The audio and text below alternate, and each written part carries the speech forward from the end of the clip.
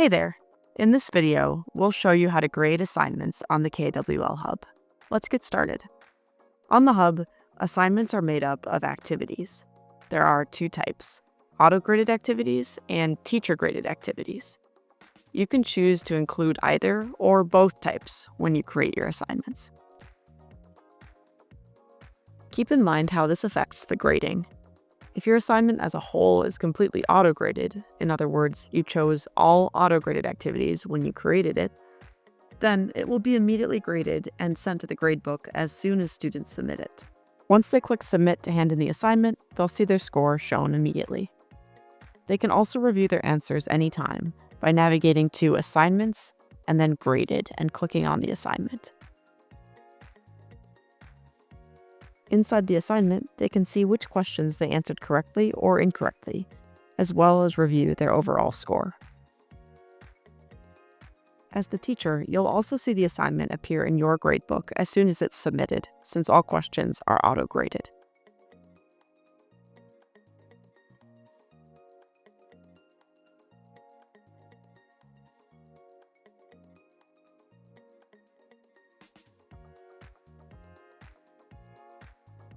By contrast, if the assignment contains at least one teacher-graded activity, it will not be sent to the gradebook immediately. Instead, after the student submits it, they will receive a notification that it's waiting to be graded. While waiting to be graded, it will show in the student account under Assignments Submitted. In your teacher account, the student submission will show up under Assignments to Grade.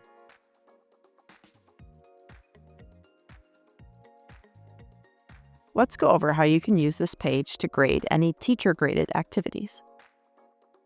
This page shows all the assignment submissions you need to grade across all of your classes. Each row in the table represents a different assignment submitted by a student. To help you organize your grading, the menu on the top lets you filter your results. Let's take a look at an example.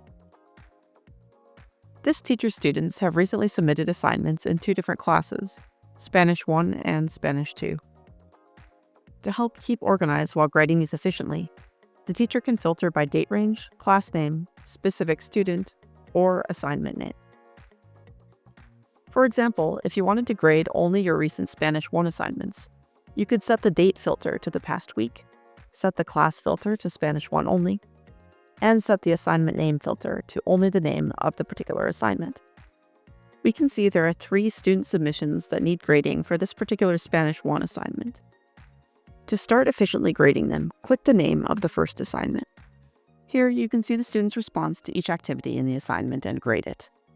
Make sure you scroll down to view all activities in the assignment.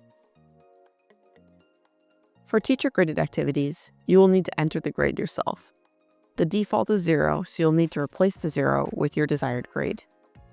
You can do this simply by using your cursor to select the number in the box, then pressing Delete, and then finally entering your desired grade. You can also add feedback if you would like. The check marks and X's show which questions were marked correct or incorrect. Again, you can enter feedback for the activity if you'd like.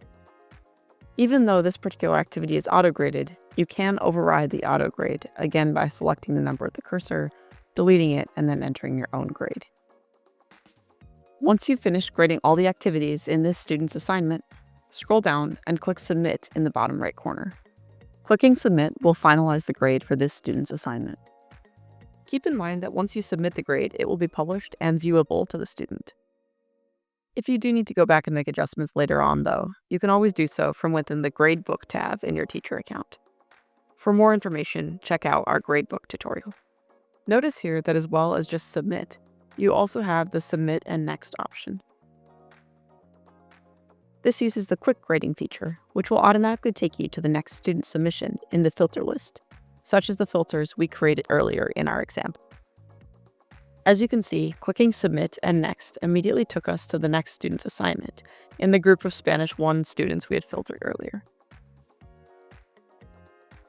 This quick grading feature allows you to stay organized and grade assignments quickly, whether you're working through multiple students in one class or across multiple classes with the filters. As you're progressing through your grading, if you find you'd like to reassign an assignment to a particular student, In order to allow them to retake that assignment a second time, you can do so using the Reassign button. You'll be prompted to enter an extended due date for the retake, and this due date will apply only to that individual student. Do bear in mind that reassigning will erase that student's previous work and grade for this particular assignment.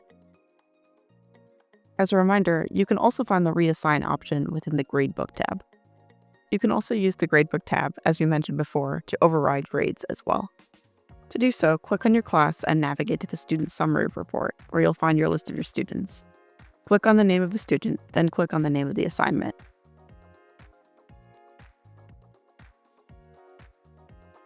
Scroll down to find the activity you want to overwrite the score for. Again, to overwrite the score, simply select it with your cursor, delete. Make sure you click Submit to save the changes. Keep in mind that students can always view any changes you make, as well as review their own graded work. With any assignment, they can click on that assignment to view the detailed report of their performance, including correct and incorrect answers, as well as teacher feedback. As a summary, in this tutorial, you've learned where assignments show up after student submission, how to grade assignments, using the quick grading feature with filters, and adding feedback to assignments and overriding grades as needed. And there you have it. We've now learned how to grade and view student work on the Hub. Happy learning!